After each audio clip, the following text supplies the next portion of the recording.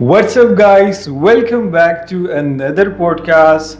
I myself is Advocate Saad Khan, and I've been joined by the one and only Advocate Rashid Thank you. Olag, Advocate High Court, and he is the founder of AK Law Firm. We have shot our first podcast on the topic of law, how a young lawyer face challenges and all those things. And in today's podcast, we will be talking about the changing world order, Yes.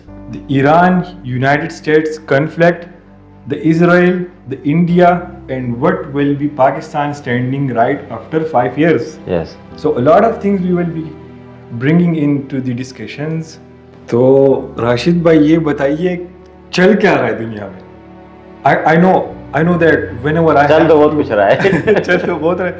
I mean, like, for example, if I'm sitting in any shop, any barber shop, if there is news going on, there will be like Allah bol of the United States on America, right?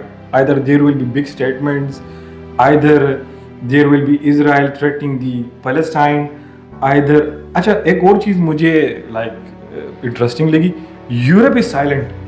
ہاں Europe silent ہے. Silent. Even though China is somehow silent. So there is a war between Russia, Ukraine, Iran, US. So کیا آپ کو لگتا ہے دیکھ بات یہ کہ دنیا جو ہے نا تیسری عالمی جنگ کی طرف بڑھ رہی ہے. ٹھیک ہے. یہ آپ شاپ پہ بیٹھے, آپ باربر شاپ پہ بیٹھے, آپ اسکول میں, کالج میں, کچہری کے اندر ہم کام کرتے ہیں نا, تو کچہری میں بھی تقریباً ڈسکشن لوگوں کے درمیان ایران ہے, امریکہ ہے, رشیا ہے, چائنا ہے اور دوسری دنیا ہے. اس کی وجہ کیا ہے کہ اس وقت کی سیناریو کے اندر ہم اگر پہلی جنگ عظیم دیکھیں تو تب بھی اگر عالمی طاقتیں ٹکرائیں تو اصل ٹکراؤ مفادات کا تھا. بالکل ٹکراؤ اور کچھ بھی نہیں تھا. دوسری جو جنگ عظیم ہوئی اس میں بھی سارا کا سارا ٹکراؤ معاشی تھا, اقتصادی تھا. عالمی طاقتیں اپنے مفادات کے لیے, اپنی اسٹیٹ کی پروٹیکشن کے لیے اور اپنے آپ کو مزید پوری دنیا کے اوپر اپنا جو ایک چودھریانہ نظام ہے, چودراہٹ کا ایک سسٹم ہے, ایک بدماش کی طرح جو ہے وہ اس کو قائم رکھنا چاہتی تھی. اسی بنیاد کے اوپر امریکہ نے اپنی جو ہے اجارہ داری دنیا کے اوپر بھی قائم کی. اسی بنیاد کے اوپر ہم دیکھتے ہیں کہ آخر دنیا میں یہ اتنی عالمی قوتیں رہیں, یو ایس ایس آر رہا, آج امریکہ ہے, اس سے پہلے برٹش تھا, تو کیا انہوں نے کیا غلطی کی جس کی وجہ سے وہ ٹوٹ گئے؟ تو بنیادی غلطی جو انہوں نے کی وہ بیسک غلطی یہی تھی کہ انہوں نے دوسرے کنٹری کی رسپیکٹ نہیں کی, دوسری اسٹیٹ کی رسپیکٹ نہیں کی, ان کے وسائل پر قبضہ کیا اور ان کے وسائل کو اپنی اسٹیٹ کی اقتصادی قوت کو مزید بڑھانے اور دنیا کے اوپر اپنا جو ایک رول ہے اس کو مزید تقویت دینے کے لیے انہوں نے سارا استعمال کیا. اب ظاہر ہے وہ آج بھی ہم دیکھتے ہیں کہ پہلی جنگ عظیم میں بھی لوگ مارے گئے, نقصان کس کا ہوا؟ انسانیت کا ہوا. دوسری جنگ عظیم میں بھی لوگ مارے گئے, نقصان کس کا ہوا؟ انسانیت کا ہوا. آج اگر تیسری جنگ عظیم کے دانے پہ کھڑے ہیں ممالک تو نقصان کس کا ہوگا؟ نقصان انسانیت کا ہونا ہے, لوگ قتل ہوں گے. اگر دوسری جنگ عظیم میں ہیروشیما ناگاساکی کے اوپر وہ جو لٹل بوائے نامی بم تھا اس نے 1.5 لاکھ انسانوں کو سیکنڈز کے اندر لقمہ اجل بنایا. اسی طریقے سے جب انہوں نے دوسرا بم, ہائیڈروجن بم پھینکا امریکہ نے, اور وہ 3 دن کے بعد وہاں پہ پھینکا, تو اس نے 75,000 انسانوں کو لقمہ اجل بنا دیا. تو آج بھی اگر ہم دیکھیں تو وہ جو جنگ ہے وہ ایکسپینسو ہو گئی ہے. آپ نے پاک بھارت جنگ دیکھی, ٹھیک ہے, پاک بھارت جنگ دیکھیں, یوکرین جنگ دیکھیں, اس کے علاوہ ابھی کی رشیا اور یوکرین کنفلکٹ کے اندر امریکہ کی انٹری کو دیکھیں, تو آپ جہاں بھی دیکھتے ہیں نا تو ان چودھریوں نے اس عالمی جنگ عظیم جو تیسری کی طرف بڑھ رہے ہیں اس میں نئے رجحانات متعارف کروائے ہیں, اسلحے کی نئی دوڑ متعارف کروائی ہے. دنیا کے اندر اسلحے کی, ڈرون ٹیکنالوجی کی ایک نئی دوڑ ہے جو پہلے سے زیادہ ایکسپینسو ہے, پہلے سے زیادہ ہارم ہے اور پہلے سے زیادہ نقصان دہ ہے. ویسے میری پرسنل اسسمنٹ ہے یا جتنی بھی ہم سوشل میڈیا اسکرولنگ کرتی ہے, ویسے مجھے ایک چیز دیکھنے کو ملتی ہے, نمبر 1 تھنگ کہ what is the role of United Nations, number 1. ٹھیک ہے. اچھا, for example, if there is any bombardment of one country or the other, right? So United Nations will have the statement of that we are considering the problem and sorting it out.